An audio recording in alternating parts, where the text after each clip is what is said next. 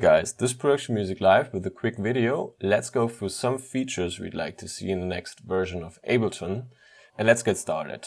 So the first one I'd like to see in Ableton is the possibility to freeze tracks that are sidechained. For example, right now, if I would like to freeze this track, it tells me the track cannot be frozen because of routing to the sidechain track. And that would be a cool feature to build into Ableton, making this possible. Because if we record this track, we can record it with the sidechain thing, but we cannot freeze it.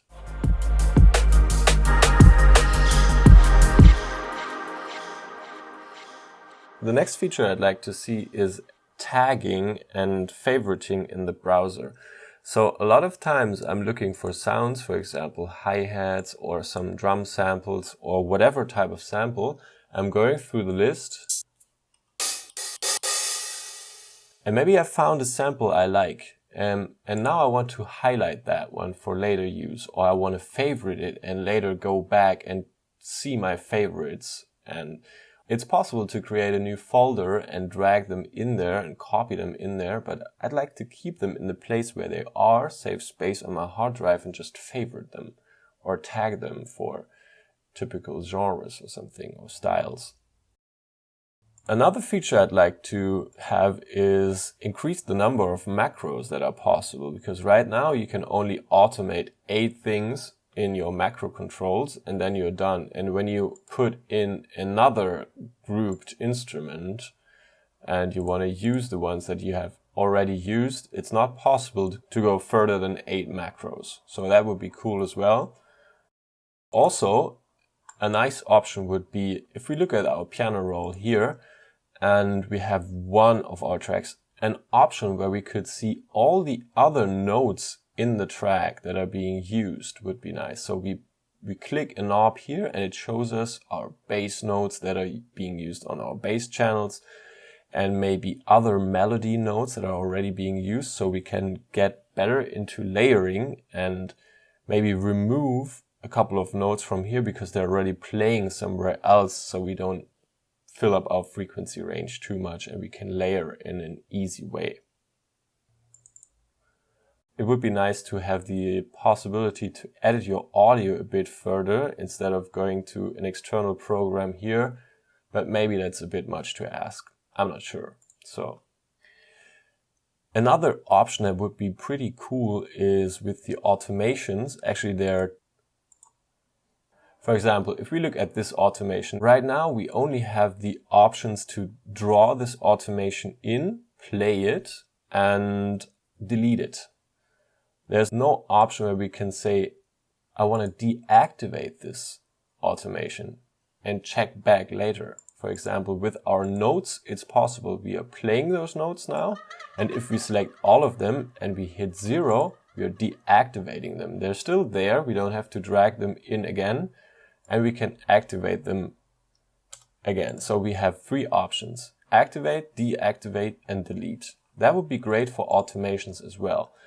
Now, it is kind of possible if we play it and then we play around with the knob that is being automated. For example, this gain knob here. What you see is this orange button shows up. Now you see it's deactivated, but it's a bit rough and it doesn't work as intended always, so it would be nice to have that option inside of the track. Personally, what I like to see is a drum rack with track delay option. So now what am I talking about? I have my drums organized here. For example, my kick is playing up here, this one.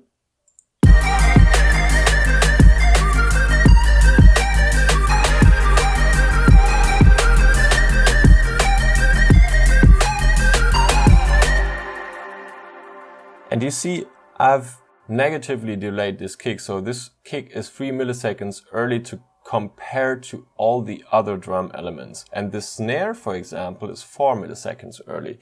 Now I'm doing that a lot to change the groove and the feeling of my drum sound. Sometimes you want to just lag one sound a bit more and you don't want to do it by drawing in your MIDI patterns, but you just want to delay it by a couple of milliseconds, and that's nice with those track delay options here. That's why I'm doing my drumming mostly like that on several separate MIDI tracks. Now, if there would be an option where we could put in a MIDI channel and we could load in a drum rack and put in all our drums, all those tracks in this rack, and then tell it to delay those tracks or be able to negatively delay some sounds compared to other ones, that would be great as well. So the next one is rather a DJing request, because sometimes in live mode weird things happen. In live mode you're using this session view mostly, and you probably have your tracks on audio tracks up here. And your tracks, well, this is just a loop, but your tracks look something like this, but a bit longer. Now, if you drag in your tracks, they're mostly not looped, and you need to kind of warp them and adjust them to the tempo you want to play. And then sometimes it happens that you have your track playing and you forgot to put in the loop button, to do something like this in the end of your track, to not have it stop on stage or while DJing. So you're playing your track while DJing.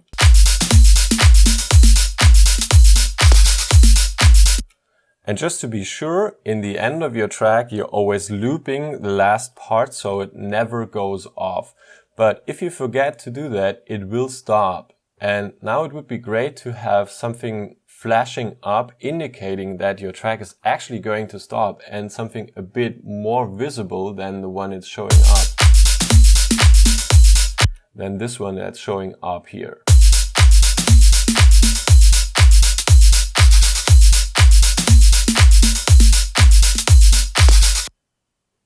There would be silence on the dance floor. So I'm pretty sure you guys have more suggestions for the next version of Ableton. Feel free to comment below, post your most wanted features for Ableton 10 and join in the discussion. Also feel free to subscribe to our channel, check the description for example, this template or presets and sample packs and courses on Ableton. And I hope to see you next time.